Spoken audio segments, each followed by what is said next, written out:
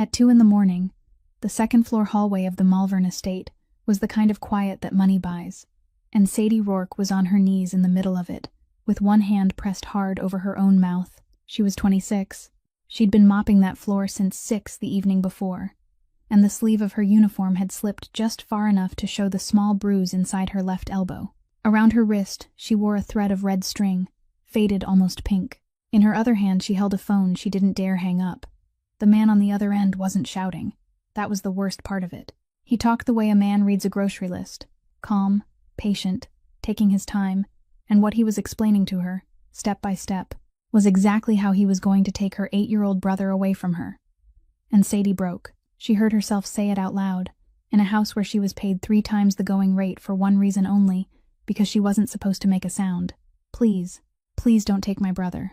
I'll do anything you want. Just don't take my brother. What she didn't know was that the heavy oak door behind her had opened about 90 seconds earlier. She hadn't heard it. Nothing in that house made a sound it wasn't permitted to make. Standing in the dark of that doorway was a man 34 years old, gray eyes, a faded scar running along the left side of his jaw, a man whose name people in South Boston lowered their voices to say. That door hadn't opened for anyone in 3 years. He didn't interrupt her. He didn't clear his throat. He stood in the dark and he listened to every single word. And when she finally turned and saw him and started apologizing, terrified she'd lost her job on top of everything else, he didn't raise his voice, and he didn't tell her it would be all right. He knelt down on that hallway floor until his eyes were level with hers, held out one open hand, and waited for her to place the phone in it herself. Then he asked her one question, and it had nothing to do with money. Nobody in that house understood yet what a woman begging on her knees at 2 in the morning had just done. If this story moves you tonight, tap that like button so it reaches someone who needs to hear it. Share it with a person who's ever fought alone for someone they love. And subscribe, because we tell stories like this here every single day. Now let's go back to 8 hours before that door ever opened. At 6 o'clock in the evening, Sadie Rourke tied back her hair at the servants' entrance and began her shift, just as she had on every other evening through the past 2 winters. Mrs. Ward handed her the list for the second-floor wing and said nothing more, because there was nothing that needed to be said. At Malvern Manor, there were 3 rules no one ever wrote down, yet everyone who passed through the gates learned them within the first week. Walk softly, don't look, don't ask. They paid her 3 times what she could earn anywhere else, not because she cleaned better than anyone, but because she knew how to make herself invisible, and Sadie was so good at it that sometimes even she forgot she was standing in the room. She pushed her supply cart along the long corridor, and when she heard the shoes of a man in a suit approaching from the opposite direction, she pressed herself against the wall, lowered her head, and pulled her sleeve down to cover her left elbow. By now, the movement had become a reflex, quick and precise as the blink of an eye. The man walked past without looking at her, and Sadie felt her whole body ease with relief. She had finished cleaning 2 rooms when her stomach began to growl.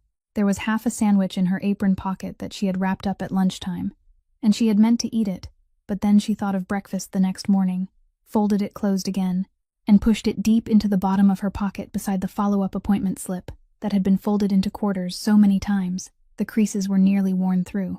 She drank water from the faucet in the supply room and kept going. At 9 o'clock, she went down to the staff break room. Toby was sitting at the plastic table in the corner, his legs swinging without touching the floor, his head bent close over his notebook. He was 8 years old, and he was doing the most serious work in the world. Every page in that notebook held a drawing of a hand, the thumb folded inward, the index finger extended, a small arrow showing the direction the wrist was supposed to turn.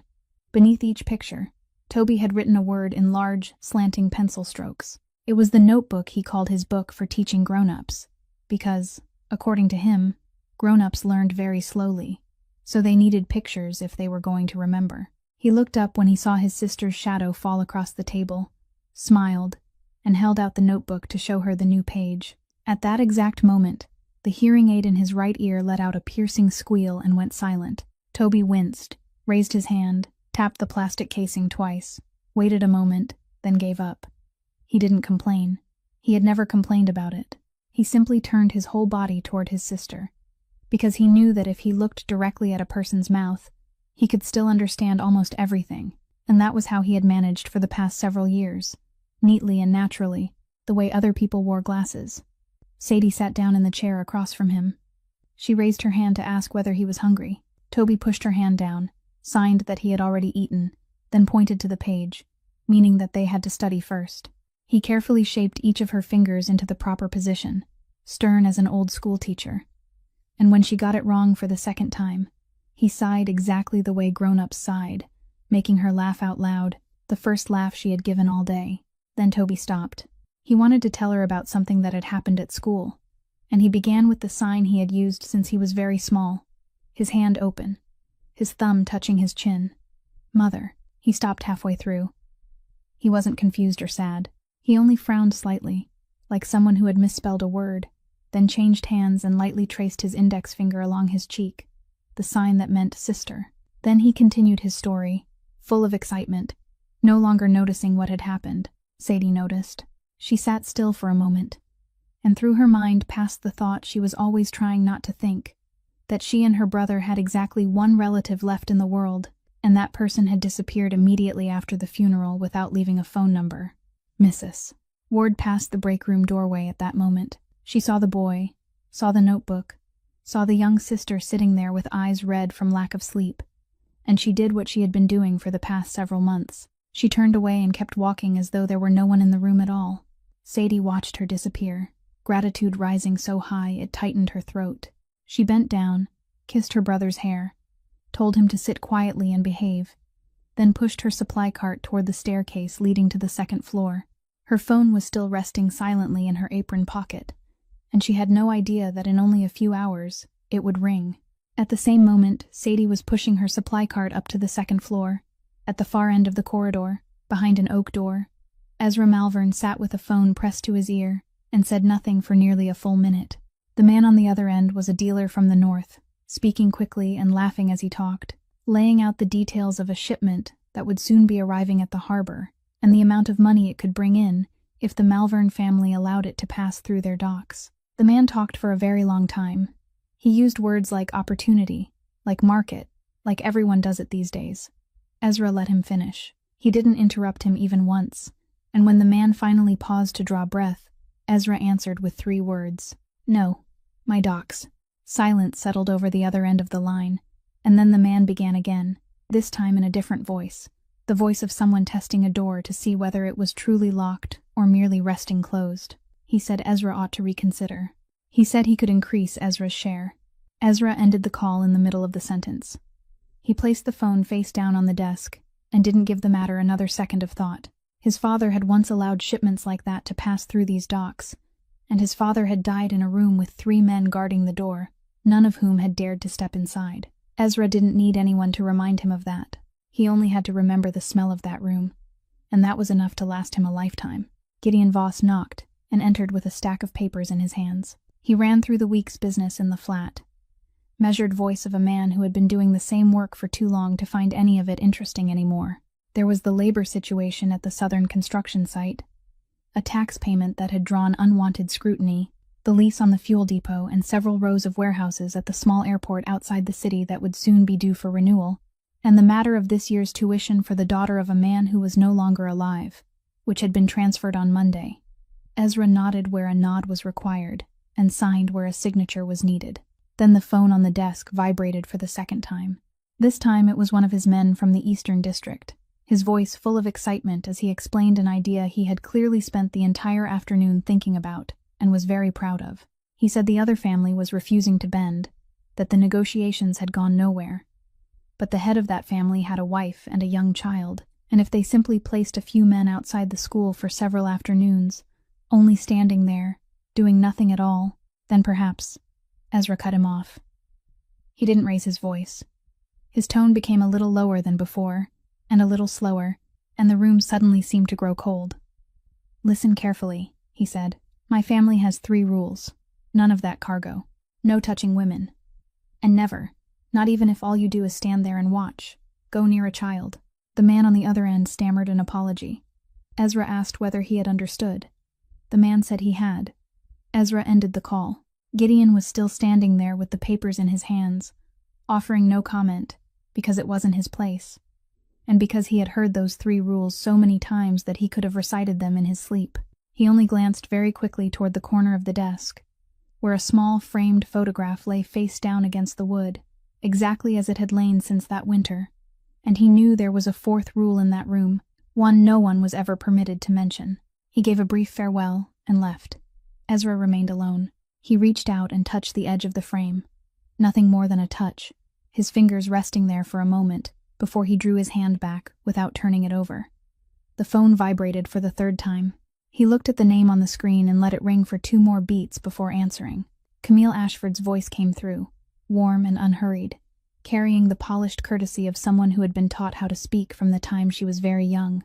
She told him about the invitation design her mother liked, the type of paper her mother disliked, and how they would have to make a final decision before the end of the week if the printer was going to finish on time. She asked whether he preferred ivory or cream. Ezra looked out through the dark window and told her she could choose whichever she wanted. Camille laughed and said he was always like that, then reminded him that there were only 3 weeks left. And she spoke those words. 3 weeks, in the voice of someone counting down to something that mattered deeply to her alone. Ezra murmured his agreement, wished her good night, and set the phone down. Then he sat motionless in that room, surrounded by the silence he had built with his own hands, never knowing that less than 100 paces away, a woman was cleaning the corridor floor with a silent phone resting in her apron pocket. Roy Deckard chose the time of his call with great care. He had watched Sadie's work schedule long enough to know that her night shift lasted until dawn, to know that at that hour she would be alone in the second-floor corridor, and to know that a woman holding a cleaning rag inside a house where making noise was forbidden wouldn't dare hang up, wouldn't dare call anyone back, wouldn't dare do anything except stand still and listen. He also knew that the deadline had passed at the beginning of the week. He had saved this call until it would carry the greatest possible weight. When Sadie answered, he didn't say hello. He asked whether she could hear him clearly, and then he began to read. He read the name of the school 2 blocks from the bus stop, gave her the name of the street, then recited the time the final bell rang in the afternoon, adding that the side door at the back always opened about 10 minutes before the main entrance. He spoke in the flat, even voice of a man reading from a grocery list, pausing now and then as though searching for the next line. Then he said he knew the boy listened with his eyes, that he often carried a notebook, and that he sat in the second row on the left because it made it easier for him to watch his teacher's mouth. Sadie felt the cold rising through her legs until it reached her knees. She had expected him to threaten her. She had prepared herself for a threat. But what he was doing was worse than a threat, because he wasn't threatening her at all. He was simply showing her how much he knew. Then he moved on to the second part, and his voice became gentler still. He told her not to misunderstand him. He was a respectable businessman. He wasn't the kind of man who did crude things. He said he knew someone who worked for Child Protective Services, a very dedicated person, someone who would open a case that very same day, as soon as a signed complaint reached his desk. Then he read aloud what that complaint would say, slowly, one item at a time, as though he were reading from a menu. That the guardian worked nights and was away from home from late afternoon until dawn. That her income fell below the minimum required to support a child with special medical needs. That the child's hearing device had been broken for months and hadn't been replaced. That the guardian's record carried a mark for theft at a former workplace. That the child was regularly present in the servants' area of the private residence of a man whose name the newspapers in this city described in terms she already knew well enough. He stopped. He told her he wouldn't have to invent a single word. He would only have to write down what was true, sign his name, and file it. And she, alone, with a record like hers, wouldn't have enough money to hire a lawyer who could sit across the table from their lawyers for even half a morning. Sadie opened her mouth to speak. No sound came out. Deckard heard her breathing, and he seemed pleased by it, because he paused long enough to let everything settle inside her before continuing. He told her not to cry. He didn't like the thought of matters having to go that far, and he had another way that would be easier for both of them. He said she worked inside a very large house, a house where cash was still kept in envelopes, in drawers, in small safes inside the secretary's office. And in a house that large, no one would notice if one envelope disappeared each week. He said she only had to do it once a week. He said she could think of it as repaying her debt in another way, only much faster. Then he finished speaking, and fell silent, allowing the words to settle where they had landed. Standing in the darkened corridor, Sadie understood that he hadn't called to collect money. He had called to recruit her. She had entered that house carrying only one possession that still truly belonged to her. the knowledge that she had never taken a single cent from anyone, not even during the months when she had to divide 1 carton of milk between 2 meals. The mark in her record had been written there by someone else. It hadn't come from anything she had done, but if she agreed to his terms that night, then beginning the next morning, that mark would become true, and she would no longer be able to tell her brother that his sister's hands were clean. Yet if she refused, a complaint would be filed, and people would come, and they would take Toby away with proper documents, legally, according to procedure, and no one in the world would have to break a single law to take from her the only brother she had. That was where she broke. Not because she was afraid of Deckard. She broke because she could see with perfect clarity that whichever path she chose, she would lose something she couldn't live without. Sadie collapsed onto the hallway floor she had polished to a shine only a few hours earlier, pressing one hand hard over her mouth to muffle her sobs. Trapped between becoming a thief or losing her brother, she broke completely. Before her panic could swallow her whole, Ezra stepped quietly out from the shadows. Without a word, he knelt beside her on the cold floor and simply held out his open palm. Trembling, Sadie placed the phone directly into his hand.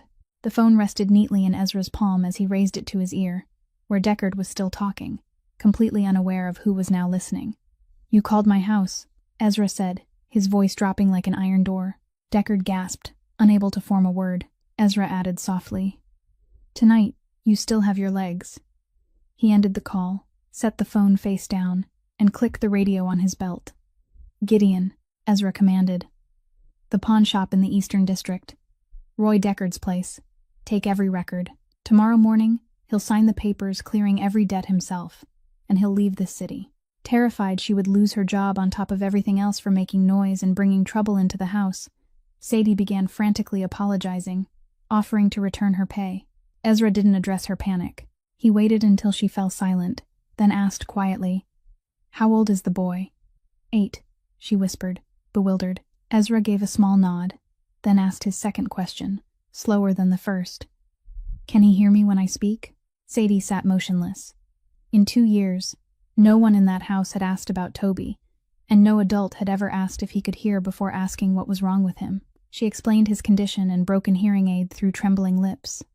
Ezra offered no comment. He stood up, told her to go downstairs and stop cleaning for the night, and called Mrs. Ward to bring her warm milk in the basement kitchen.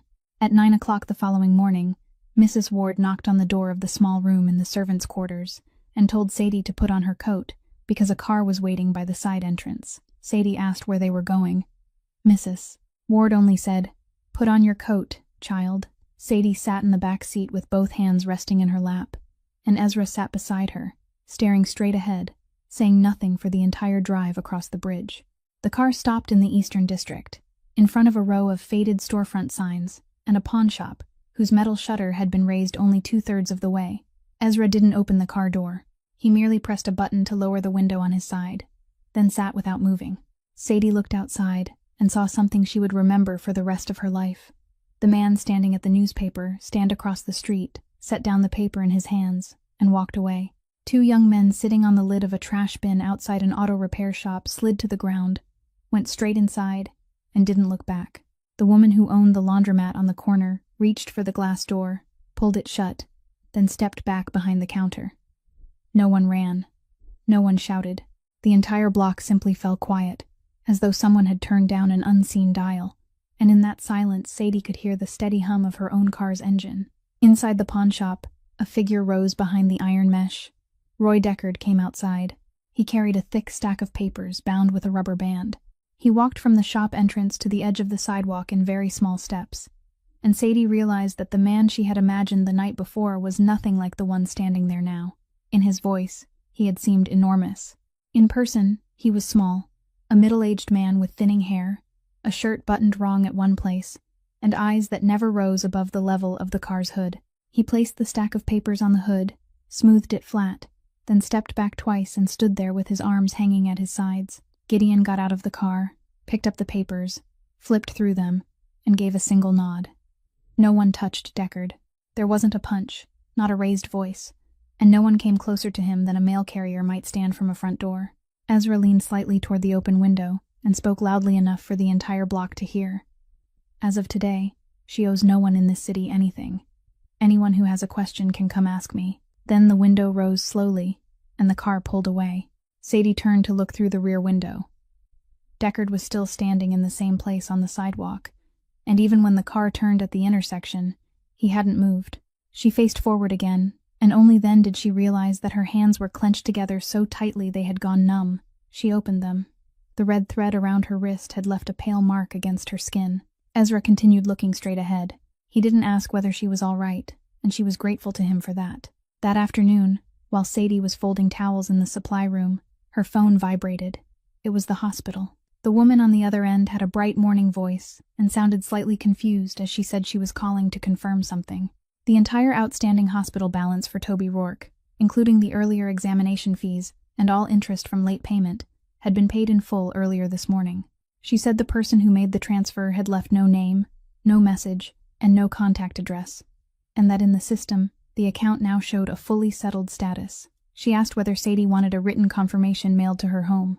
Sadie stood in the middle of the supply room with a half-folded stack of towels still in her hands. She said thank you. She said one more sentence that she would never be able to remember later.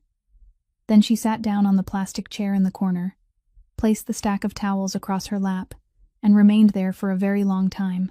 For 2 years, she had taught herself not to think about that number, to push it aside whenever it rose in her mind after midnight, to tell the nurse that she would arrange something next month, and now it was gone, and her body didn't know what to do with the empty space it had left behind.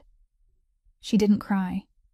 She only felt her shoulders suddenly become lighter, and the lightness made her dizzy. That evening, when she went upstairs to begin her shift, Sadie passed the oak door at the far end of the corridor and stopped. On the wood, at exactly the height an 8-year-old boy could reach by standing on his toes, a sheet of paper had been fastened with 2 unevenly cut pieces of tape. On the paper was the drawing of a hand, the fingers held together, the fingertips touching the chin before moving outward, with a small arrow showing the direction. Beneath the picture, written in large slanting pencil strokes, was a single word: thank you. That sheet of paper wasn't the last one. The following morning, when Ezra opened the study door, another lay on the floor just beyond the threshold, slipped through the gap beneath it, showing a raised hand with the fingers slightly curved, and beneath it, the word hello. He bent down, picked it up, read it, then stood there for a while in the quiet morning corridor, before anyone else had arrived. The next day brought a hand lifted toward the mouth and then lowered, with the words, "Have you eaten?" written beneath it. The day after that showed 2 hands placed together to form a roof, with the word home underneath. None of the pages carried a name, and none needed one. Ezra said nothing to anyone about them. He simply didn't throw a single one away.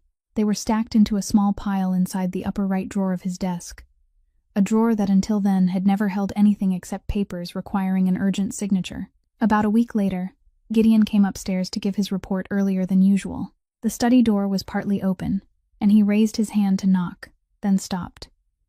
Through the narrow opening, he saw his employer standing in front of the mirror beside the bookcase. Ezra wasn't looking at his own face. He was looking at his hands. He brought his fingertips to his chin, moved them forward, frowned, then began again, more slowly. Gideon watched him repeat the motion 4 or 5 times, adjusting each finger joint like a man learning to write and practicing how to hold a pencil. Gideon had followed this man through nights he could never describe to his wife. He had stood inside rooms where one wrong sentence could mean someone didn't make it home, but he had never seen anything that made him stop as long as he did that morning. He didn't knock. He pulled the door a little farther closed without making a sound, went downstairs, and waited at the foot of the staircase for another 15 minutes before returning. As for Toby, the boy had already solved the problem of what to call him. He didn't know Ezra's name. In the kitchen, people called him the boss, and in the yard, they called him Mr. Malvern, but both were too difficult to understand by watching someone's mouth. So Toby called him Uncle Who Doesn't Talk. He explained it to his sister with perfect seriousness, saying that the first time they met, the man hadn't said a single word. He had only looked at him, and people who looked at you for that long were usually kind, because unkind people tended to turn their eyes away. Sadie started to correct him, then decided not to.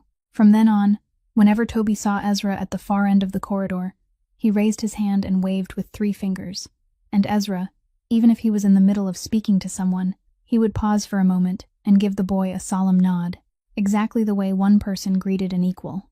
Once, Toby dropped his notebook at the foot of the stairs, and Ezra picked it up, brushed the dust from the spine before handing it back, then continued on his way.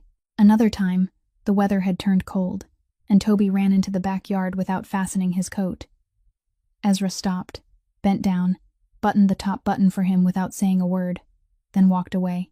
Toby told his sister about it all evening, saying the man's hands were enormous, but he was terribly slow at fastening buttons.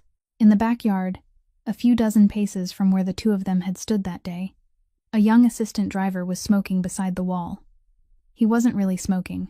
He held the cigarette in his left hand and his phone in his right, and he stared at the screen far longer than an ordinary person would during a break between shifts. Only after Ezra and the boy had disappeared back into the house did he slip the phone into his pocket, crush the half-burned cigarette against the wall, and head toward the garage. Mrs. Ward, standing at a first-floor window with the attendance ledger in her hands, saw everything. She said nothing to Sadie, nothing to Gideon, and nothing yet to anyone about the new assistant driver who had been hired the previous fall. She merely opened the ledger, found the page bearing his name, and made a very small pencil mark in the margin, the private mark she used for matters she intended to watch more closely. The hearing aid died completely on a Thursday morning while Toby was sitting at the kitchen table in their rented apartment, eating toast. He tapped the casing twice, as he always did, waited, tapped it once more, then removed it and placed it on the table, turning it slowly with his fingertips, as he told his sister, in the slightly distorted voice he used only at home, that this time it had probably retired for good. Sadie laughed. She laughed because the boy was laughing. Then she took the appointment slip folded into quarters from her apron pocket, called the clinic, and they found an opening for her on Monday afternoon of the following week. On Monday afternoon, she asked Mrs. Ward whether she could begin her shift 2 hours late. Mrs. Ward told her to go, that the second floor could wait. The audiology clinic was on the 3rd floor of an old medical building, with narrow hallways and waiting room chairs covered in blue vinyl. Dr. Foss was a silver-haired man who spoke slowly, and he had followed Toby's case since the earliest days. He took the boy into the testing room, completed every step, then sent him outside to sit in the hallway with his notebook and asked Sadie to come in alone. Toby sat down, opened his notebook across his knees, and began drawing a new hand.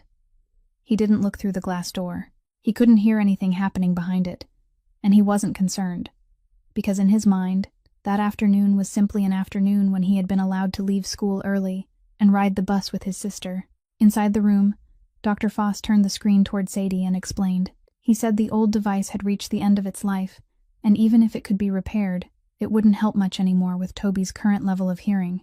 He spoke about a cochlear implant, about recovery time, about the therapy sessions that would follow, and about how, because Toby was still young, his chances of adapting were very good. Then he stopped and told her the price.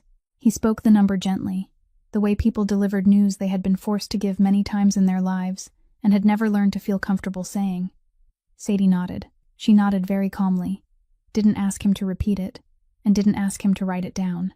She had known that number for more than a year. She had carried it in her mind through every night shift, divided it against the rent, the electricity bill, and the mornings she spent at the plasma donation center, and she had known the answer for a very long time. She thanked the doctor. She said she would make arrangements. Dr. Foss looked at her for a moment, then said he would keep the file open, adding that if they waited too long, learning to speak would become more difficult for Toby later. Sadie nodded once more. When she opened the door and stepped into the hallway, a man was standing there with one shoulder against the wall and both hands in the pockets of his coat. Ezra Malvern didn't explain why he was on the 3rd floor of an old medical building on a Monday afternoon. He only looked past her into the room and asked Dr. Foss a single question. How soon can the surgery be done? Dr. Foss hesitated and said it depended on the schedule, but the earliest opening would probably be at the beginning of spring. Ezra said, "Then schedule it." He continued without looking at anyone, saying that the entire bill should be sent to him, including all the therapy afterward. Sadie stepped directly into the middle of the hallway to block him, and her voice rose higher than she intended. She told him he couldn't do that. She said she hadn't asked him. She had never held out her hand and asked anyone for a single cent, not even during the worst times, and she wasn't going to begin with her brother. She said paying off her debt had been his decision, and she still didn't know how she would ever repay him, but this was different.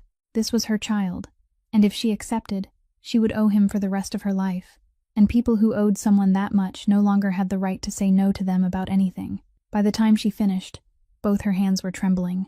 It was the first time in 2 years that she had raised her voice in front of her employer. Ezra didn't interrupt her. He waited until she had said everything. Then he looked toward the waiting chairs, where the boy was bent over his drawing, completely unaware that the adults had just decided something that would change his life. Ezra spoke slowly, his voice lower than usual. I once had a younger sister. She was 12 years old. That afternoon, she waited for me on a street corner, exactly where we had agreed, while I was sitting in a meeting I believed was important. I was late. I was only about 20 minutes late.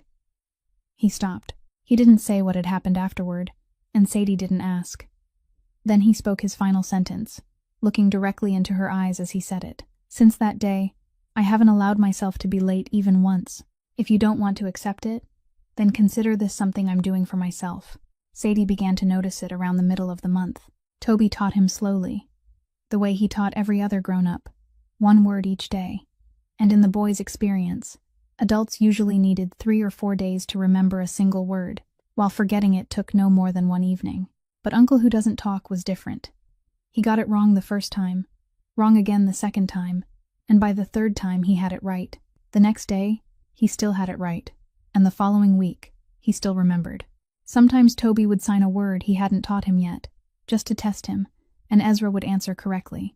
The boy would look at his sister with the expression of an old teacher who had just discovered that his student had been secretly studying somewhere else. Sadie thought the same thing. She assumed he must have watched something online, or that someone else had shown him, and she carried the thought with her for a few days before letting it go. Then, late one weekend night, while she was cleaning the 2nd floor corridor, she noticed that a line of light still showed beneath the oak door. It was well past the hour when he usually left, and it was rare for him to remain inside so late. She meant to keep walking. Then she heard the faint rustle of paper, the sound of a notebook page being turned forward, and then back again. The door stood open by no more than the width of a hand. She leaned closer and looked through, intending only to glance once. Ezra was sitting at his desk, with no documents before him and no phone nearby. In front of him lay a small school notebook, its blue cover faded at all 4 corners, and bent along the spine like a notebook that had been shoved into a school bag too many times. He had opened it, and he was practicing from it. Through the narrow opening, Sadie could see the entire page before him. It was filled with drawings of hands done in ballpoint pen, childish lines, each picture marked with small arrows showing the direction of the movement, and beneath them were words written in the rounded, careful handwriting of a young girl still learning how to make her letters beautiful. In some places, mistakes had been crossed out and written again beside them. In others, a badly drawn hand had been scribbled over and redrawn in the margin. At the top of one page, someone had written in red ink, in letters much larger than the rest, "Nora sits at the desk in front of me. She can't hear. Tomorrow I have to finish learning these 3 words." Ezra turned to the next page. He followed the drawing, got it wrong, looked again, and tried once more. Sadie stood outside with the cleaning cloth in her hand and didn't move. He turned several more pages. Then he reached one where he stopped much longer than before. From where she stood, Sadie could see that the upper half of the page held 2 drawings, while the lower half was blank. In the final picture, the pen strokes had gone only halfway. The hand was unfinished, with 2 fingers missing. The arrow showing the direction of movement had never been drawn. Beneath it, the sentence stopped after the words "older brother of." There was nothing after the word "of." Near the bottom of the page was a small blot of ink, the kind left behind when someone rests the tip of a pen against the paper and is suddenly called away. Ezra didn't turn to the next page. He sat motionless for a very long time, one hand resting lightly near the edge of the paper, without touching the unfinished words. Then he reached toward the corner of the desk, where the small picture frame still lay face down against the wood. This time, he didn't merely touch its edge. He picked it up, turned it over, and set it upright. Sadie couldn't see the photograph clearly from where she stood. She only saw his shoulders sink once, very slightly, and then become still again. She should have left. She had worked in that house long enough to know that witnessing something like this was a violation of the 2nd of the 3 rules no one ever wrote down. But she thought of her little brother asleep downstairs with his book for teaching grown-ups tucked beneath his arm, the notebook he drew in every night so that someone might learn how to speak with him, and she thought of a 12-year-old girl who had once sat drawing those same hands for a classmate at the desk in front of her. only to stop halfway through a page that would never be finished. Sadie placed the cloth on the edge of her supply cart. She pushed the door open and stepped inside. Ezra looked up. He said nothing. He didn't close the notebook, didn't turn the picture frame face down again, and didn't ask how long she had been standing there. Sadie said nothing either. She walked around the desk, pulled out the chair across from him, and sat down. He watched her for a moment, then lowered his eyes, turned the notebook back to the first page, and began again with the very first word. The desk lamp burned through the entire night. Beyond the window, the sky changed from black to gray, then to the pale, washed-out color that comes just before dawn, and inside that room, neither of them spoke a single word until morning broke. Camille Ashford arrived on a Friday afternoon without warning, carrying a box of wedding invitation samples beneath one arm. She didn't ring the bell at the main entrance. She had a key to the side gate, and she went straight up to the third floor by way of the inner staircase, because from the third-floor corridor she could see the entire entrance hall below, and she liked to observe a house before stepping into the middle of it. She stopped at the railing. Below, at the foot of the grand staircase, Ezra was standing beside a boy of about 8, wearing an old coat. She saw him bend down. She watched him raise both hands, unfold the boy's collar where it had turned inward, smooth it flat, then press it gently into place, slowly and carefully, with the particular kind of care shown by someone afraid of damaging something. The boy said something, and Camille saw Ezra lift one hand and make an unfamiliar gesture, and the boy laughed. Camille remained motionless on the third floor long enough to count 3 of her own breaths. Then she adjusted the strap of her handbag and went downstairs. She encountered Toby in the middle of the entrance hall after Ezra had disappeared toward the study. She stopped in front of him, leaned down slightly, and asked in the sweetest voice she possessed what his name was. Toby didn't hear her in time. He looked up and watched her mouth, but she had already finished speaking and was smiling as she waited for an answer. He didn't know what to do with a question that had already passed him by. He stepped back exactly once, hugged his notebook against his chest, and bowed his head in greeting, just as his sister had taught him when he was very small. Camille kept her smile perfectly in place. She straightened and told Mrs. Ward, who was standing at the end of the corridor, that he was absolutely adorable, then added in the same voice that servants in her family's home used to bring their children to work as well, until her mother decided that allowing it made children lose their proper manners. Mrs. Ward didn't answer. Dinner was served in the smaller dining room. Camille ate very little, spoke a great deal, and discussed everything except the one thing she wanted to ask until they were halfway through the main course. Then she set down her fork, touched her napkin to her lips, and said she had been thinking about how the household would be managed in the future. She said that once the 2 families were joined, there would be many arrangements to make, and she asked whether he intended to keep the entire current staff or whether they ought to review everyone and simplify matters. She said the word review as lightly as though she were talking about replacing the curtains. Ezra didn't answer at once. He set his glass down on the table, and the sound of its base touching the wood was the loudest sound heard in the room all evening. Then he spoke. "There is a woman in this house named Sadie Rourke. She has a younger brother.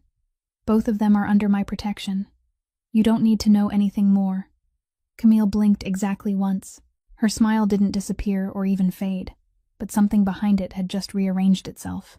She said, "Of course, darling," then reached for the box of invitation samples, opened it, and asked whether he preferred ivory or cream, exactly as she had during the phone call. The rest of dinner passed very smoothly. That night, inside a suite at a hotel downtown, Camille removed her shoes, sat on the edge of the bed, and made a call. The person on the other end didn't say hello. Neither did she. She asked which week the audit was scheduled to begin. She listened to the answer, then rose, walked to the window, and said in the same gentle voice she had used when asking about the color of the invitations that they had less time than she had thought.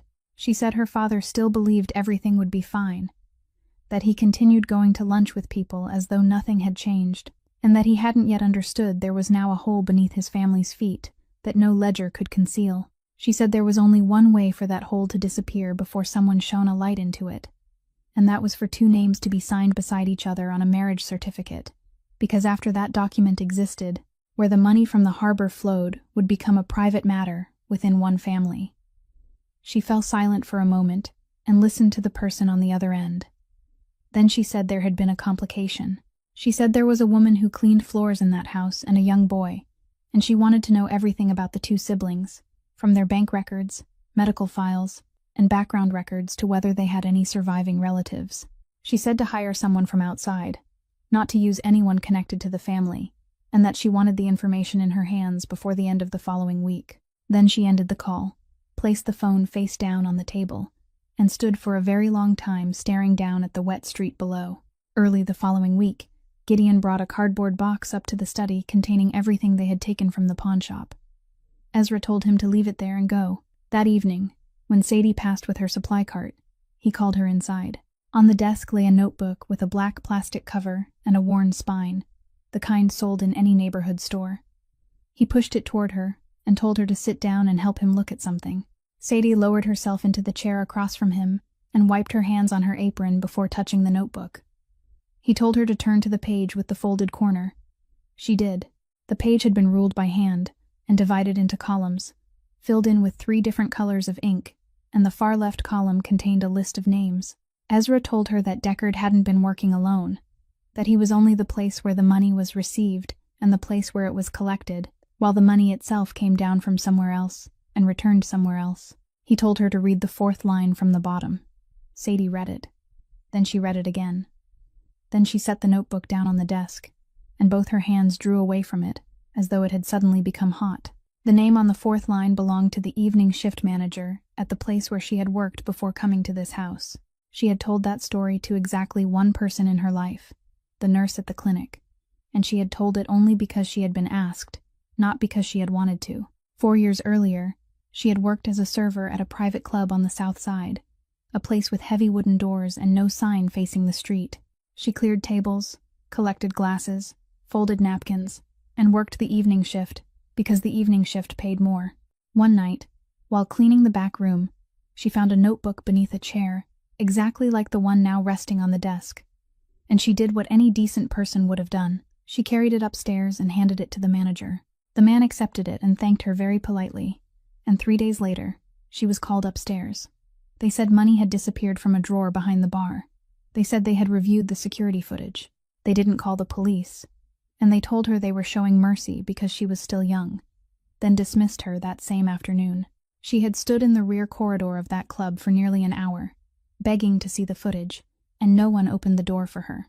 The note in her employment record was born that afternoon, and it had followed her across the city for 4 years. It had disqualified her from 3 jobs she was qualified to do. It was the reason she had been forced to accept night work, and it was the first line anyone wishing to file a complaint against her would copy down. Ezra looked at her, and he didn't ask a question. He waited. Sadie turned the notebook back to the first page, her hand trembling slightly. At the very top of that page was a line of initials and a surname.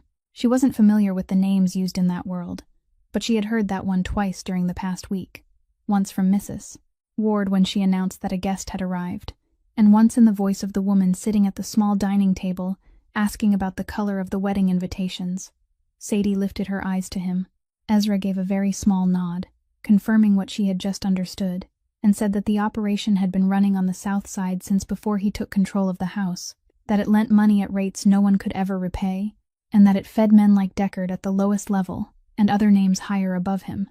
He said his family had refused that money since his father's time, and he had kept that refusal from the day he took the chair. Sadie remained silent for a very long time. For the past 2 years, whenever she stood before the faucet in the supply room at 3 o'clock in the morning, she had told herself that some people were simply born to walk a steeper road than others, and she had learned to accept it the way people accepted the weather. But now, sitting there with the notebook open on the desk, she understood that there had never been any weather at all. The stain on her record had been written by a man afraid of losing his job, written to silence her. The debt that had been choking her for 2 years belonged to an operation with names, structure, and people behind it. And the man who had just pushed the notebook toward her, the man this entire city called by the names newspapers like to print in bold, was the only person in that whole story who had looked at that money and said no, long before he had ever known there was someone in the world named Sadie Rourke. The preoperative examination lasted longer than expected. Dr. Foss repeated the measurements, took several more scans, and explained everything to Toby by drawing an ear on a sheet of scrap paper, with a thin line running inside it. The boy nodded with the solemn air of someone who understood, then asked whether he would be able to hear a train whistle afterward, because he had read in a book that train whistles were very loud.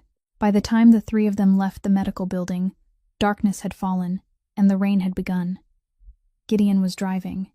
Ezra sat in the front passenger seat. Sadie and Toby sat in the back, the boy holding the scrap of paper with the drawing of the ear, as though it were a certificate of achievement. They had been on the road for about 20 minutes when the car reached the bridge. Halfway across, the headlights of a vehicle ahead came on at the same moment that 2 more cars moved in from the neighboring lanes. And in less time than it took to draw a breath, their car was trapped between 3 front ends, 1 blocking the road ahead, 2 pressing in from both sides before moving back to seal off the rear. No horns sounded. No one got out.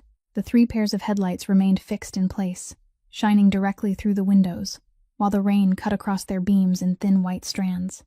Gideon reached beneath his seat. Ezra said, "Don't." Gideon stopped. Ezra continued without turning around. "Stay here. Lock the doors. Don't let the 2 in the back look outside."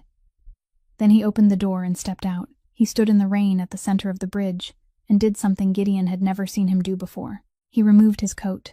Holding it in one hand, he extended it outward and turned slowly in a full circle so that the people in all 3 cars could clearly see both sides of his body, his waist, and both of his empty hands. Then he draped the coat over one arm and stood waiting, his wet hair clinging to his forehead, his soaked shirt pressed against his shoulders. The door of the car blocking the road ahead opened. 1 man stepped out, followed by 2 more from the other vehicles. They stopped several paces away from him, and not one of them came any closer. Ezra spoke. His voice was scarcely louder than the rain, but on that deserted bridge, it didn't need to be. He said he knew who had sent them. He said he knew how much they had been paid for a night like this, and he told them the amount wasn't worth trading away the rest of the life of a man with a family. The man nearest to him opened his mouth to speak. Ezra didn't let him. He lifted one hand and pointed toward the car behind him, toward the rear window clouded with condensation. He said there was a child inside that car. He said the boy was 8 years old, that he had just left the hospital, and that he was sitting there holding a piece of paper with a drawing of his own ear. Then Ezra spoke his final sentence, more slowly than all the ones before it. "You have a few minutes left to decide what kind of men you want to be tonight." No one answered. The rain struck the roofs of the 3 vehicles with a steady patter.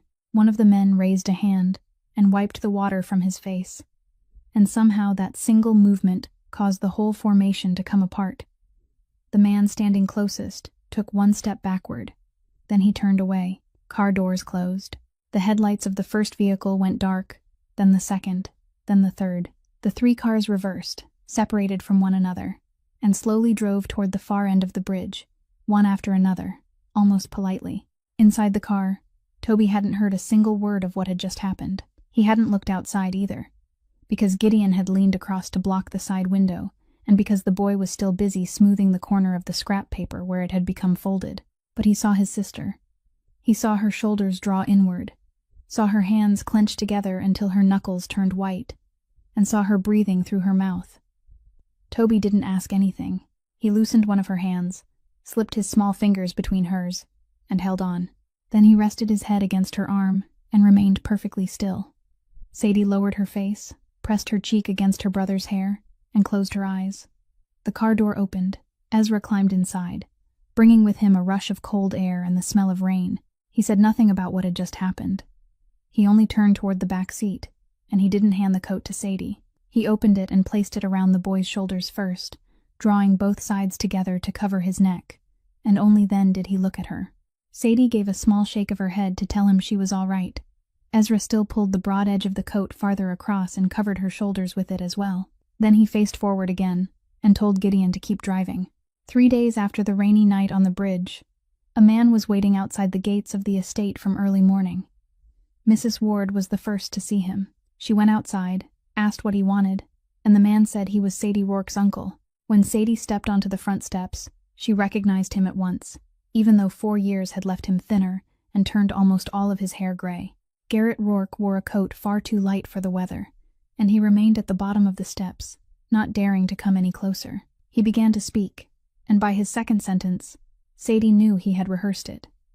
He spoke about how wrong he had been. He spoke about nights in another city, lying awake and staring at the ceiling while thinking of his niece and nephew. He said he had been ill, and illness had given him time to reconsider everything. He said he wanted to see the boy once, only once, and afterward he would go wherever she wanted him to go. He said all of it with his eyes reddening at exactly the right moment, and his voice breaking in exactly the right places, while Sadie stood on the steps and listened to the end without interrupting him and without crying. When he stopped, she spoke. "You were there the day my parents were buried. The next day, you left. They asked whether you would take in the 2 children, and you signed a paper saying you weren't in a position to do it. I still keep a copy of that paper in the metal box beneath my bed." She said it very calmly. Then she continued. "I was 22 years old. I signed the papers, taking responsibility for my brother, with a hand that shook so badly they had to ask me to sign a second time. I don't blame you. I'm only saying it the way it happened." Then she told him to go home. Garrett didn't argue. That was the strangest part, and it was what Sadie would remember much later. He didn't argue, didn't plead again, and didn't finish performing the rest of the speech he had so clearly memorized. He only stood there for another moment, then asked a question that hadn't been part of his rehearsal. He asked how the boy communicated now. Sadie went still. She answered that he spoke with his hands and understood people by watching their mouths. Garrett nodded slowly, like a man committing something to memory. Then he turned and walked toward the gates, both hands buried deep in the pockets of his thin coat, and he didn't look back once. The following morning, at the newsstand on the corner near the bus stop, a tabloid carried on one of its inside pages a distant, slightly blurred photograph of a woman in a servant's uniform leading a young boy by the hand across the estate's backyard, beneath a headline that made Mrs. Ward fold the newspaper shut as soon as she read it and refused to show it to anyone. Inside the house, people began falling silent whenever Sadie passed, and there was no cruelty in that silence. It was only the silence of people who didn't know what they were supposed to say. Ezra never mentioned the article. At noon, he merely called Gideon upstairs and handed him a sealed envelope. There was no money inside. It contained a copy of a property lease, along with the payment schedule and expiration date, the contract showing that the entire printing facility the newspaper rented to run its presses each night belonged to a subsidiary of the Malvern family. Ezra told Gideon to deliver it personally. Wait until they had finished reading it, then repeat one sentence exactly. Tell them I'm not forbidding anyone from writing anything. They may write whatever they please, but beginning next month, they can find somewhere else to print it. Gideon left at 1 o'clock that afternoon. By 4, the article had disappeared from the newspaper's online edition, and where it had once appeared, there was only a notice saying the content was under review. By 6, the editor-in-chief had called to request a private meeting. Ezra told Gideon to answer that none was necessary. That afternoon, when Mrs. Ward opened the attendance ledger to complete the weekly records, she stopped at the page with the small pencil mark in the margin. She took up her pen, drew a line through the name of the young assistant driver, and wrote beside it that he had left his position as of that day. No one in the house asked why Trent Holloway no longer worked there, and no one asked why he never returned to collect the belongings still inside his locker. That evening, Sadie went up to the second floor as usual. As she passed the oak door, she saw that it stood slightly open. Ezra was sitting inside with a stack of papers, and when she went by, he didn't look up. He only spoke through the doorway in an ordinary voice, as though discussing the weather, and told her that whatever was happening outside had nothing to do with her, and she mustn't let it enter her mind. Sadie remained at the threshold for several seconds. Then she thanked him and pushed her supply cart farther down the corridor. Mrs. Miriam Cortez from Child Protective Services arrived on Wednesday afternoon, exactly at the appointed time, and the first thing she did was ask whether she might remove her shoes at the door. Sadie had been cleaning the rented apartment since morning, had changed Toby's bed linens, and had bought a box of cookies to place in the middle of the table. Mrs. Cortez hadn't come looking for faults. She sat and spoke with the boy for about 15 minutes, let him teach her 2 signs from his notebook, and studied them with great care. She didn't get them right until the 3rd try, which made him laugh out loud. Then she asked to speak privately with Sadie at the kitchen table. She opened her case, took out a printed form divided into sections, and spoke plainly, in the voice of someone who had been doing this work for many years. She said she could see that the boy was being cared for very well, that she saw it clearly, and that she would put that in her report. But she also said her office had received a complaint, and once a complaint had been filed, she was required to complete every section. She asked about Sadie's working hours. Sadie answered, "Mrs." Cortez wrote it down. She asked who watched the child during those hours. Sadie said he stayed in the staff break room, with the housekeeper keeping an eye on him. Mrs. Cortez wrote that down. She asked about income, rent, health insurance, whether the boy's surgery had been scheduled, and who would be paying for it. Sadie answered every question clearly and concealed nothing, and as she watched the tip of Mrs. Cortez's pen move across the page, she understood that each honest answer she gave was becoming another line of writing that a skilled lawyer could someday read aloud in a courtroom. Before leaving, Mrs. Cortez folded the paper and quietly told her not to worry too much, then advised her to reduce her night shifts if there was any possible way. She said it with the expression of someone who knew she had just offered impossible advice. That evening, Sadie repacked her brother's school bag for the next morning. She took out his pencil case, then his lunchbox, and in the innermost compartment, where the zipper always caught, and the boy had to tug it twice before it opened, her fingers found a sheet of paper folded into quarters. She unfolded it. The writing was large and slanted, carefully formed in pencil, with several words written over because the first attempt had wandered off the line. Sister, I can't hear very well, but I can count. I counted. You come home at 2 o'clock. You sleep until 6:30. Then you cook for me, take me to school, and only afterward do you go back and sleep a little more. That isn't enough. My teacher says grown-ups need more sleep, and I see you wrap up your sandwich and put it away again.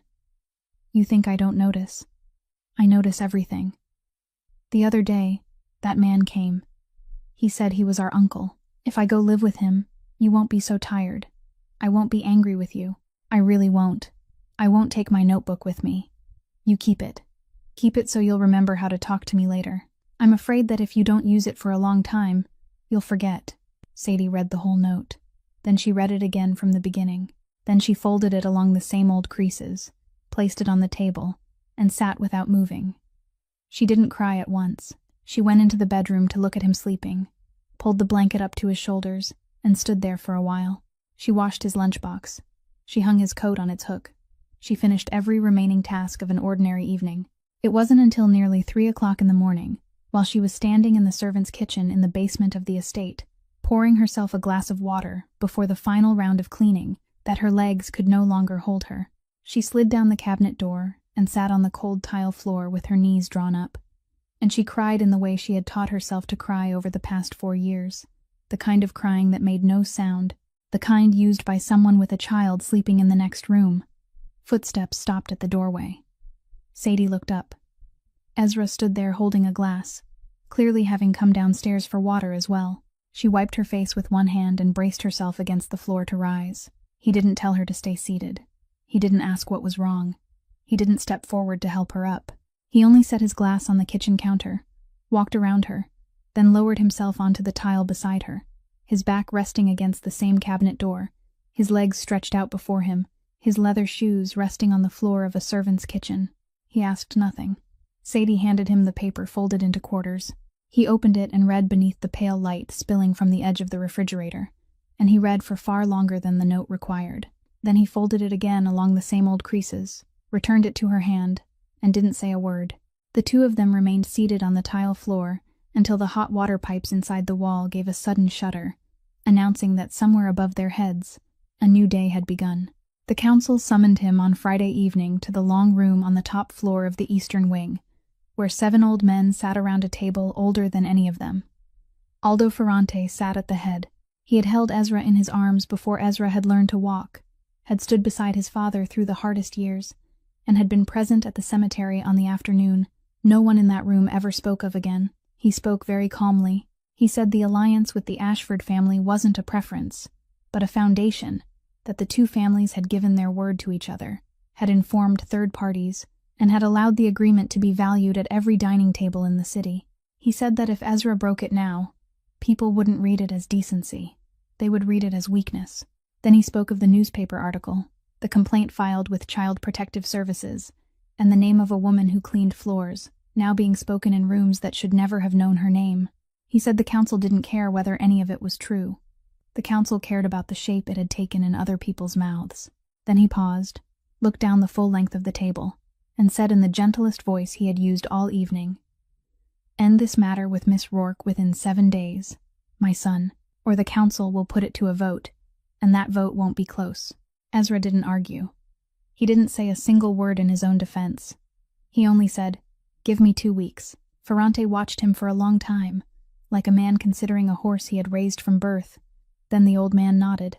On the drive home, Gideon drove in silence through 2 intersections. At the third, without turning around, he said there was something he had kept to himself for a long time. He said that 3 years earlier, when the accident file had been closed, he had looked through it. He said there were details that didn't match, 1 section left blank, and 1 page retyped on paper different from all the others. He said he had intended to bring it forward. Then someone on the council told him to stop. Told him that if he pulled on that thread, war would break out between the 2 families, and more people wouldn't make it home. He said he had convinced himself that keeping silent was a way of saving lives. He said that for 3 years, he had stood behind his employer every night with that truth lodged inside his chest. The car stopped at a red light. Ezra didn't ask who had ordered him to stop. He only asked where the documents were now. Gideon said he needed a few days. Ezra said, "Then take them." That same night, in the rented apartment, Sadie sat at the kitchen table with a petition she had downloaded from the family court website. She wasn't writing it out of pride. She was writing it because she had gone over the numbers again and again since finding the letter in Toby's school bag, and she couldn't find a single calculation that ended any other way. She entered her own name in the space marked current guardian. She entered her brother's name in the space marked minor child. Under the reason, she wrote that she couldn't guarantee his long-term medical care. She also wrote a letter by hand to Mrs. Cortez, asking her to find a family with insurance and someone who knew sign language, and begging her to tell the boy that his sister hadn't abandoned him. She folded both pages, slipped them into her apron pocket, and went to work the night shift without daring to read them again. The petition fell out when she bent down to pick up a cleaning cloth at the beginning of the second-floor corridor. Ezra was standing several steps away. He picked it up before she could reach for it.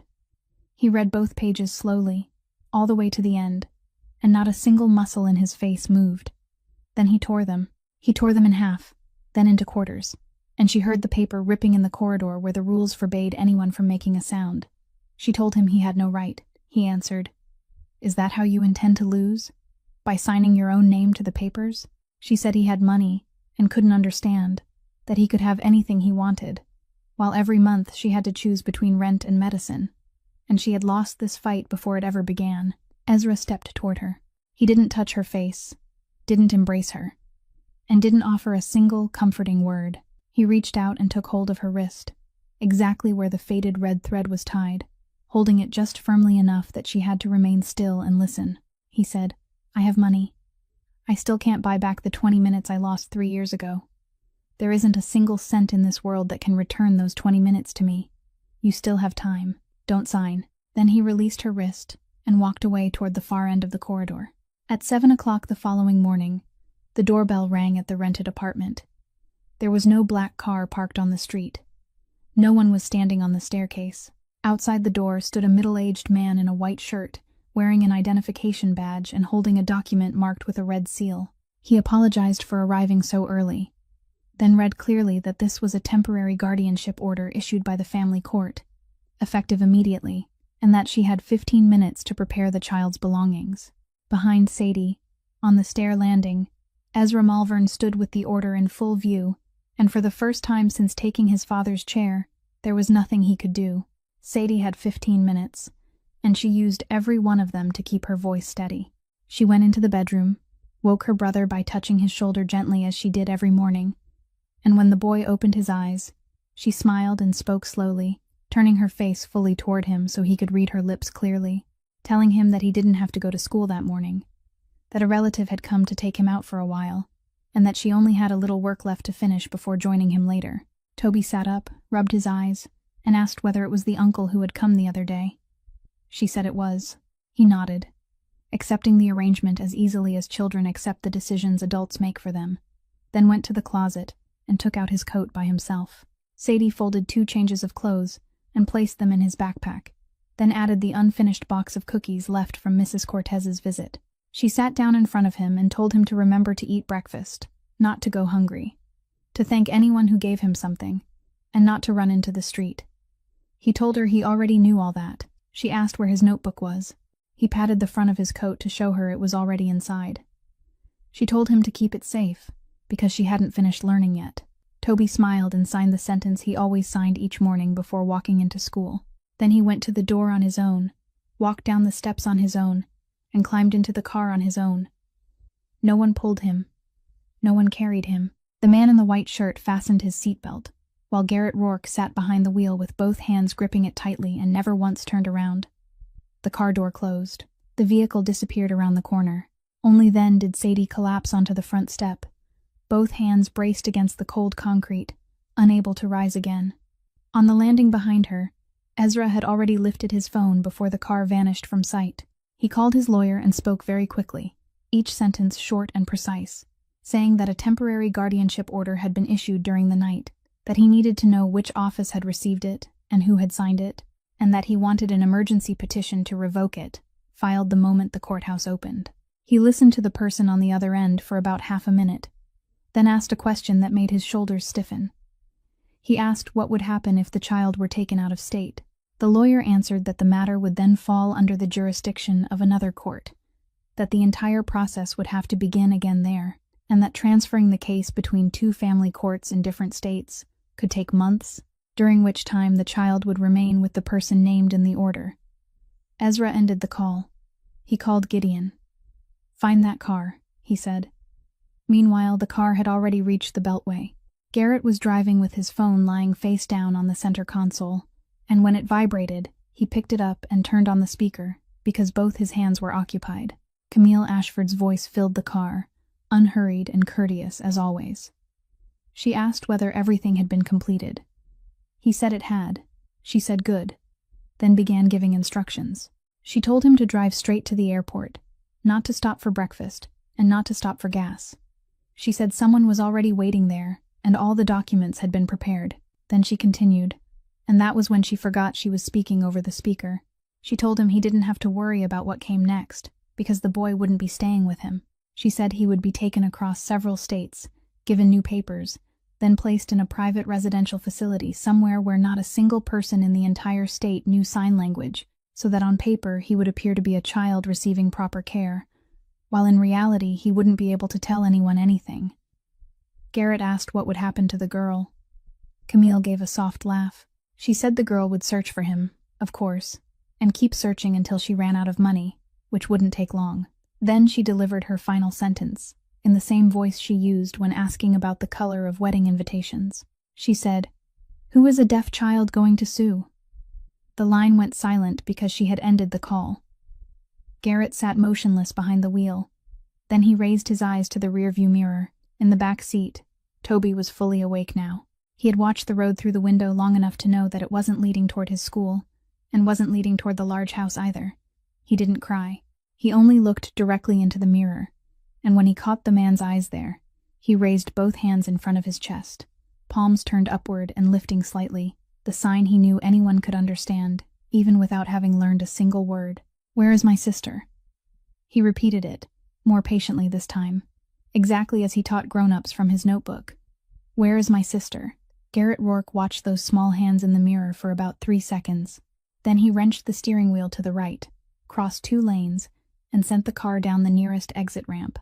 The phone still lay face down on the center console, its screen glowing faintly, and the recording application he had turned on when they left the apartment was still running. Inside Ezra's car, Gideon read aloud what his men had just sent him, and none of it was useful. The license plate on the car carrying Toby belonged to a rental company in the suburbs, and the contract was under the name of a person who didn't exist in any official record. No one had seen it at the northern toll station. No one had seen it on the road leading to the harbor. His men had spread out in 3 directions, and all 3 routes were empty. Gideon said, "We don't know where they went." Ezra gripped the steering wheel and didn't answer, because he didn't know either. In the passenger seat, Sadie sat with her back straight and both hands resting in her lap, trying to remember something. The word airport had been circling inside her mind ever since they left the front steps, and she couldn't understand why it felt so familiar. Then she remembered. She didn't remember through reason, but through a smell, the scent of damp towels and lingering perfume inside the limousines she had once been made to clean during the night shift at the club on the South Side 4 years earlier. Back then, her work hadn't been limited to folding napkins. On some nights, she had to ride with the cars all the way to their destination, wait for the passengers to get out, then clean the interior before the drivers returned. And the place where they took those passengers was never the main airport. It was a private airstrip in the western suburbs, with only 2 rows of hangars, a fuel station, and a barrier gate where the driver had to enter a code. She had waited at that gate more times than she wanted to remember. Sadie turned and said the name of the place. She also gave them the name of the road that led to it, an unmarked turn just beyond an old truckway station. She said that family never flew out of the regular airport. Gideon lifted his eyes from the screen. Ezra didn't ask her to repeat a single word. He moved the car into the left lane and accelerated. Sadie's phone vibrated. An unknown number.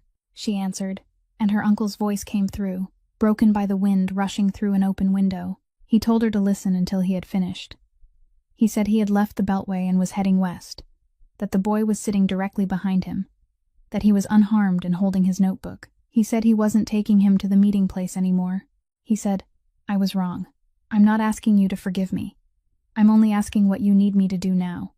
Sadie told him to pull over somewhere with people and lights, and not to stop anywhere isolated. She told him to keep the line open and not hang up. Then she said one more thing, and she was surprised that her voice didn't tremble. "Let me speak to my brother." He held the phone toward the back seat, and from the other end came the breathing of a child pressing the speaker against an ear that couldn't hear. Sadie spoke anyway. She said, "I'm coming to get you. Stay where you are and hold on tightly to your notebook." She knew he couldn't hear a single word. She still finished the sentence. Then she ended the call and made a second one. Ezra's lawyer answered after the first ring. Sadie introduced herself and didn't give him time to ask who she was. She said the petition for the temporary guardianship order included a sworn statement, that the statement contained false information, and then she read each false claim aloud. She said the section stating that the current guardian left the child alone at home during the night was untrue, because he stayed in the staff break room under the supervision of someone from the household, and the housekeeper had signed confirmation of it in the attendance ledger. She said the section claiming the child wasn't receiving medical care was untrue, because the audiology clinic had already scheduled the surgery, had the doctor's name, and had a record of the preoperative appointment, and she gave him Dr. Foss's name. She said the section claiming that the guardian had a criminal conviction for theft was untrue, because her employment file contained only an internal note, with no police report, no charges, and no court proceeding, and she gave him the name of the club. She said the section stating that the petitioner was the nearest qualified relative was untrue, because 4 years earlier that same person had signed a formal refusal to take custody, and a copy of the document was kept in a metal box beneath her bed, and she recited the case number because she had looked at it so many times that she knew it by heart. The lawyer on the other end remained silent for several seconds, then asked whether she could repeat the case number. She repeated it. He said he would call the judge on emergency duty immediately. Sadie said, "Let me speak to the judge." He hesitated. She said, "For 4 years, I've been the person who signed every paper concerning that boy, and they're going to ask questions that only I can answer." Beyond the car windows, the streetlights grew farther apart and then disappeared entirely, and on the western horizon, in the middle of the darkness, a low row of blue lights blinked in a straight line. Garrett pulled into a brightly lit gas station about a mile from the turnoff, and he remained in the car with the boy, leaving the engine running, the phone still in his hand. He had called back a second time to report his location, but at the far end of the unmarked road, Camille's men had already reached the airfield, and when the car failed to appear, they did what men like them always did when a plan began slipping from their grasp. They moved to an emergency alternative. Gideon learned that from one of his men only 2 minutes later.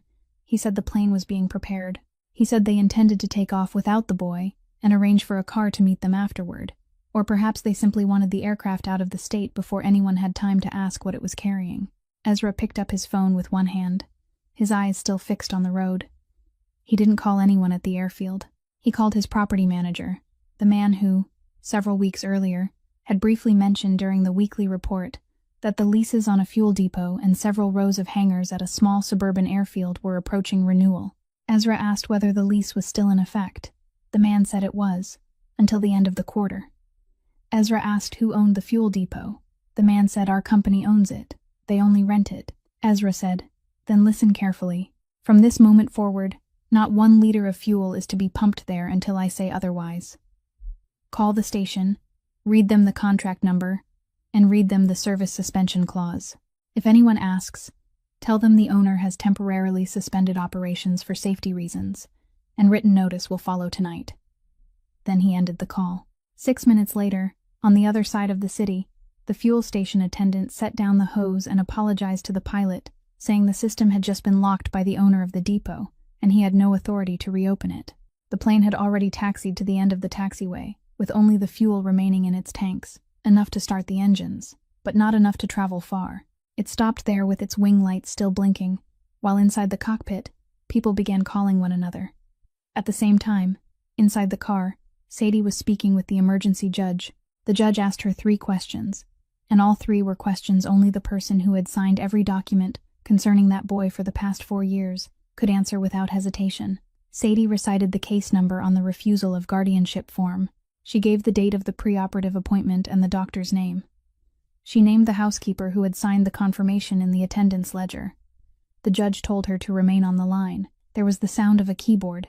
Then the judge returned and said that, based on the contradictions in the sworn statement attached to the petition, she was suspending the temporary guardianship order until a review hearing could be held, and that the suspension would be sent immediately to the electronic addresses of the court, Child Protective Services, and both parties. Sadie thanked her. She ended the call and sat without moving, her hands trembling so violently that she had to press them between her knees. Ezra said nothing. He only glanced at her very quickly, then turned into the gas station entrance. Garrett's car was parked beneath the canopy, and he had taken the boy inside to sit in the small waiting room with a vending machine and 2 rows of plastic chairs, because there were lights and other people there. Toby sat in the innermost row, his legs swinging without touching the floor, his notebook resting across his lap. Ezra pushed open the glass door and stepped inside. He didn't rush toward him. He stopped 2 steps away from the boy, then lowered himself to his knees until his eyes were level with Toby's, just as he had knelt on the second-floor corridor that night before a woman who was crying. Then he raised both hands. He moved slowly, and he made a mistake during the second word, forcing himself to stop and adjust his little finger, the same mistake the boy had been correcting for him throughout the past several weeks. "I'm here now." Toby watched those hands. Then he slid down from the chair and threw himself into Ezra's arms, wrapping both arms around his neck, the notebook striking Ezra's back with a dry thud. Sadie stood at the glass door and couldn't take another step. When she finally held her brother in her arms, she couldn't say a word either. She only pressed her cheek against his hair and held him that way for a very long time. Garrett stood in the corner with both hands in his pockets and waited until she looked up. Then he walked toward her and held out the notebook the boy had dropped, carrying it in both hands as though returning something that had never belonged to him. He said, "I'm not asking you to forgive me. I know that isn't possible. I'm only asking you to let me make this right." Sadie looked at him for a moment. Then she reached out and took the notebook. 2 days after the night at the gas station, Gideon Voss came up to the study carrying a thin file and placed it on the desk without saying a word. Ezra opened it. Inside was the page that had been replaced 3 years earlier, along with the original page that some clerk had never found the courage to destroy. The original contained the license plate number, the name of the registered owner, and the name of the driver.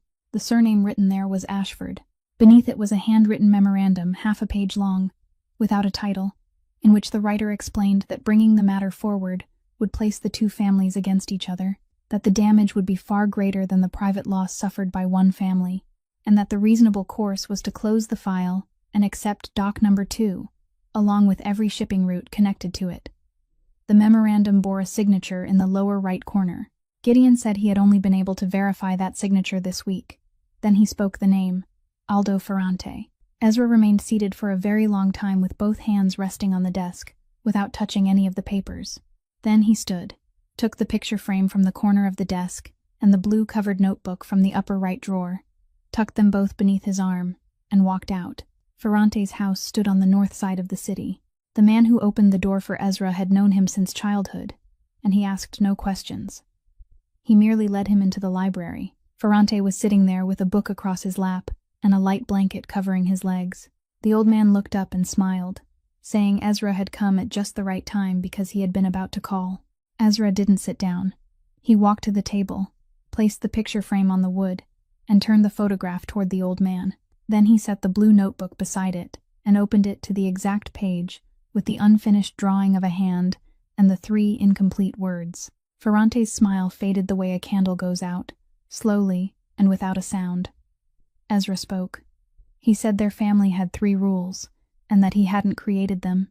They had existed long before him, and Ferrante himself had been the first person to recite them to Ezra, when Ezra had still been too short to reach his shoulder. None of that cargo. No touching women. No touching children. He said that for 3 years, he had crossed this city forcing other men to obey those 3 rules. He said he had cut off one of his own men in the middle of a sentence, because they had considered standing outside the gates of a school. Then he pointed toward the open notebook on the table, and asked, "How much was that contract worth, sir?" Ferrante opened his mouth. He managed only 2 words, "My son," before stopping. He looked down at the page bearing the rounded handwriting of a 12-year-old girl, still learning to make her letters beautiful, at the place where the pen had completed only half the drawing of a hand before coming to an end, and he couldn't say anything more. He raised one hand as though to touch the edge of the notebook, then drew it back. Ezra stood there and waited. He waited longer than necessary, and during that time, the only sound in the entire room was the pendulum clock in the corner. Then he picked up the picture frame and the notebook, tucked them beneath his arm again, and turned toward the door. He never raised his voice once during the entire meeting, and that was why the servant standing in the hallway pressed himself against the wall when Ezra passed.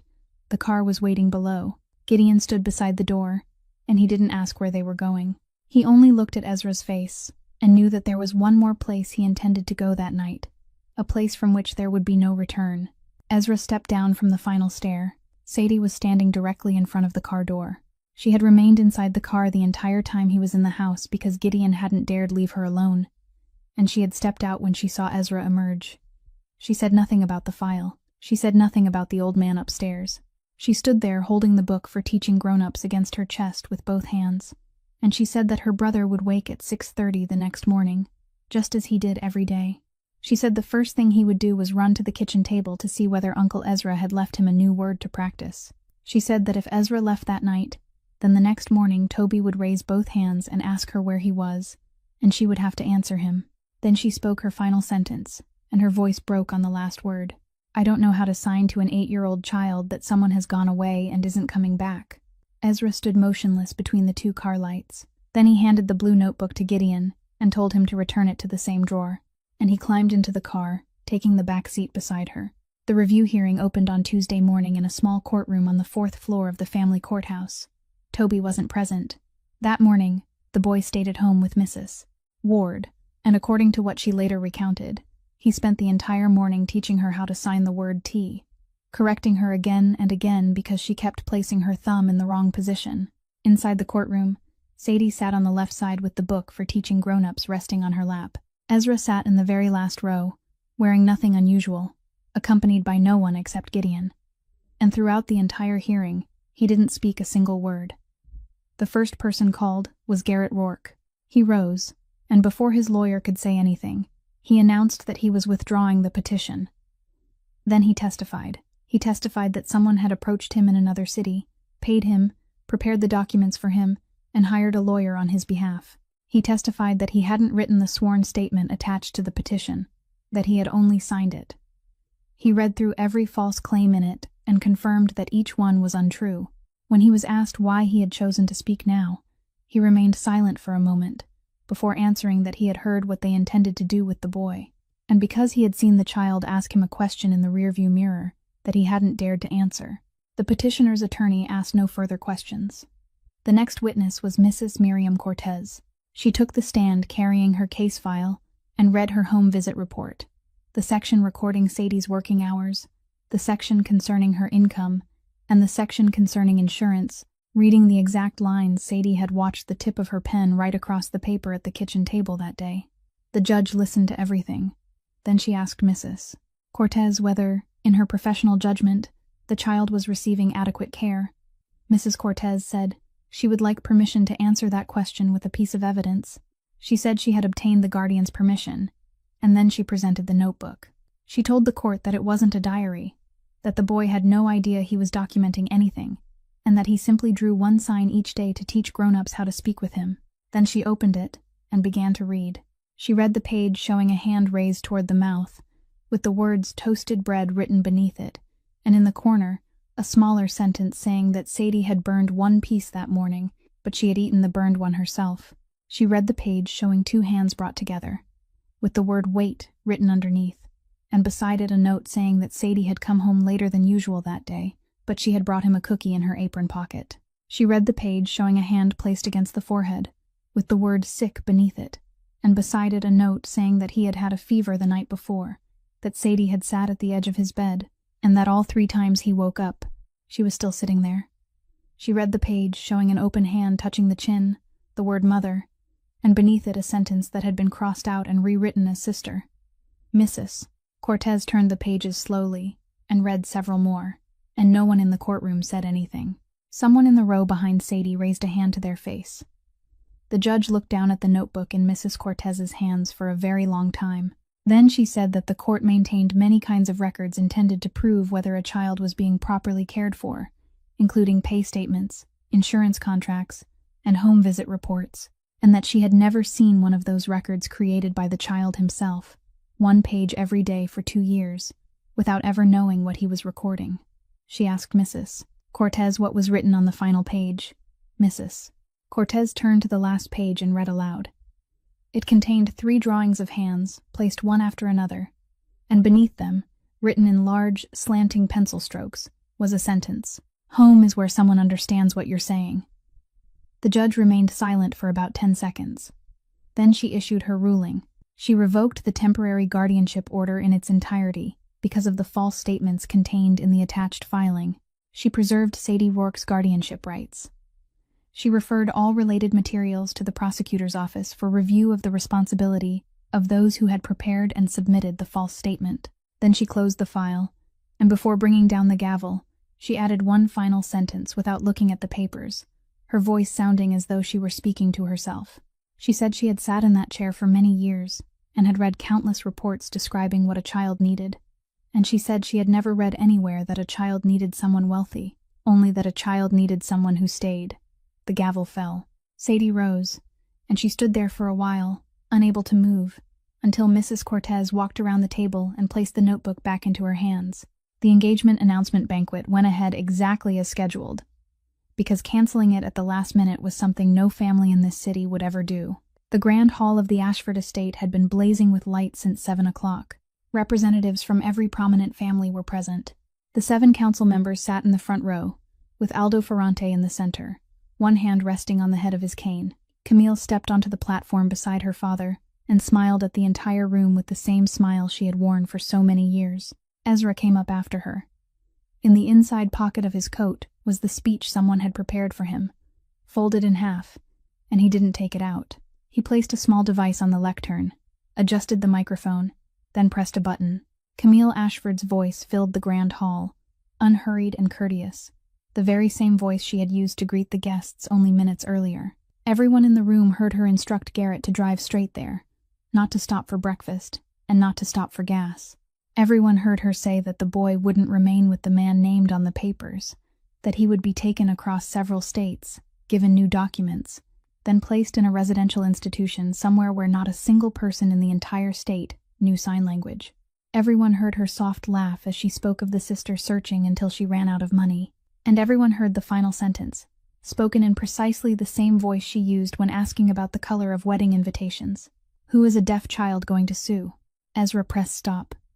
No one in the grand hall said a word. Somewhere near the back of the room, a glass was set down on a table, and the sound was so loud that people turned to look.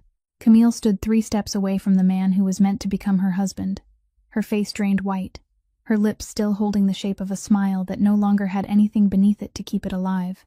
She opened her mouth. No sound came out. Then Ezra did the second thing. He took a thin file from inside his coat, opened it, and spread the pages across the white-covered table before the front row, turning them toward the 7 members of the council. He said this was the true financial position of the Ashford family as of the current quarter, not the version they had shown them in the fall. He said the audit would begin the following week. He didn't say another word, because he knew there were people in that room who could read numbers faster than they could read sentences. The first man to rise was the old gentleman seated at the far right. Then 2 more stood. Then Camille's father rose as well, and he didn't rise to defend his daughter. He stood and walked out of the room without looking toward the platform even once. Aldo Ferrante was the last to leave his chair. He pushed himself upright very slowly with the help of his cane, and when he passed the platform, he stopped for exactly 1 beat, looked at Ezra, then continued on. Not one of the 7 men said anything about morality. They had simply looked at the papers on the table and understood that they had nearly married themselves to a corpse. Ezra turned toward Camille. He didn't raise his voice. He said his family had 3 rules, and that she could come after him, come after his business, come after his name. And he would sit down and negotiate with her over every one of those things. Then he spoke his final sentence. "You went after a child. That is the one thing in my life that has no price." Camille didn't answer.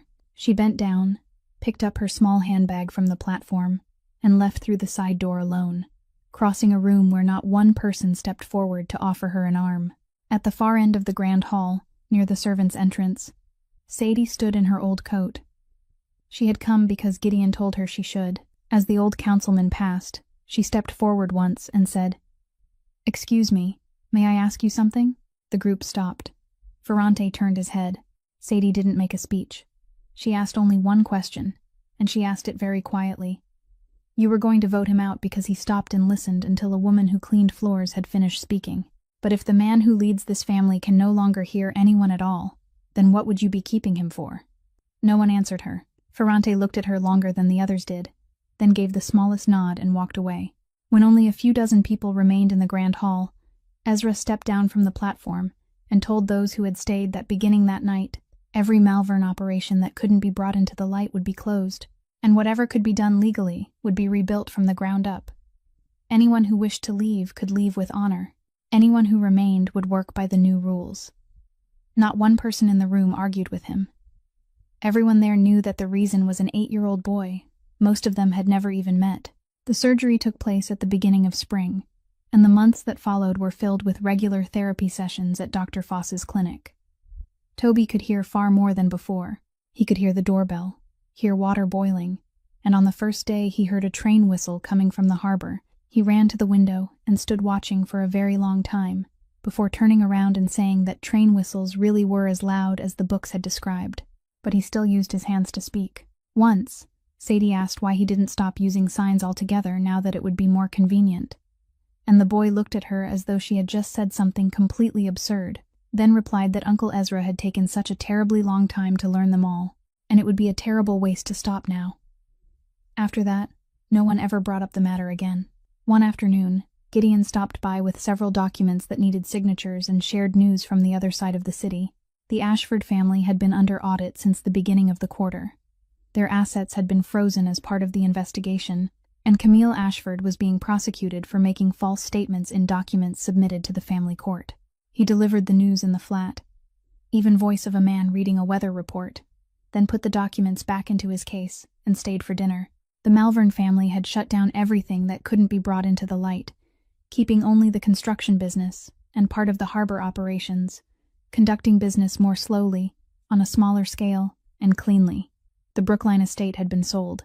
They now lived in a 2-story house in Dorchester, with concrete front steps and a backyard just large enough for a few pots of tomato plants that died every year. Sadie had returned to school. She was completing her degree in speech therapy, attending classes in the evening, and during the day she managed a small foundation that helped families whose children listened with their eyes, providing devices, interpreters, and tuition for sign language classes. The foundation bore the name of a 12-year-old girl who had once sat drawing pictures of hands in a faded blue notebook so she could speak with the classmate seated in front of her. One evening, while the two of them were washing dishes, Sadie asked Ezra whether he regretted it. She asked plainly, without softening the question. Ezra dried his hands on a towel, thought for a moment, then said that 3 years earlier, he had possessed nearly everything people believed they wanted, yet he had sat alone behind a closed door, and not once had anyone knocked on that door at night. He said he had far less now. Then he said that every evening, someone knocked and called him to dinner, and he wouldn't trade that for anything in the world. At that exact moment, footsteps came racing down the stairs. Toby rushed into the kitchen holding a sheet of paper, raising it before Ezra with the grave expression of an old teacher about to assign a difficult lesson. The paper showed only a single drawing of a hand, and beneath it, in large, slanting pencil strokes, were the words, "Practice this one, because I'm testing you tomorrow." Ezra studied the drawing. He placed the towel on the counter. Then he raised his hand slowly and made the sign correctly on his very first attempt, without misplacing a single finger. The boy jumped and shouted that he had cheated, that he must have studied it beforehand. Sadie stood beside the sink with a plate still in her hands and couldn't say a word. In the living room of that small house, on the wall beside the staircase, 2 frames hung next to each other. One held the photograph of a 12-year-old girl with a slightly crooked smile. The other held a yellowed sheet of paper bearing the drawing of a hand and the 2 words, "Thank you," and the 2 unevenly cut pieces of tape still remained fixed at the corners, exactly as they had been on the night it was fastened to an oak door by a child who had to stand on his toes to reach it. This story leaves us with a few very simple truths. Poverty isn't a crime, and no one should be judged by the calluses on their hands or by an unjust line written in a record. A person's differences aren't defects, but simply another way of living, understanding, and loving. And above all, sometimes the kindest thing one person can do for another isn't to give money, but to stop, remain still, and listen until the other person has finished speaking. If tonight's story touched your heart, please press the like button and share it so it can reach those who may need a little warmth. And don't forget to subscribe to our channel so we can continue listening to meaningful stories together each day. How do you feel about Sadie and Toby's journey? And had you been in her place, would you have opened that door? Please leave a few words in the comments, because we truly want to hear the feelings that come from the deepest part of your heart. We wish every one of you watching this video lasting good health, a joyful life, and peaceful days beside the people you love. Goodbye, and we'll see you again in the next video.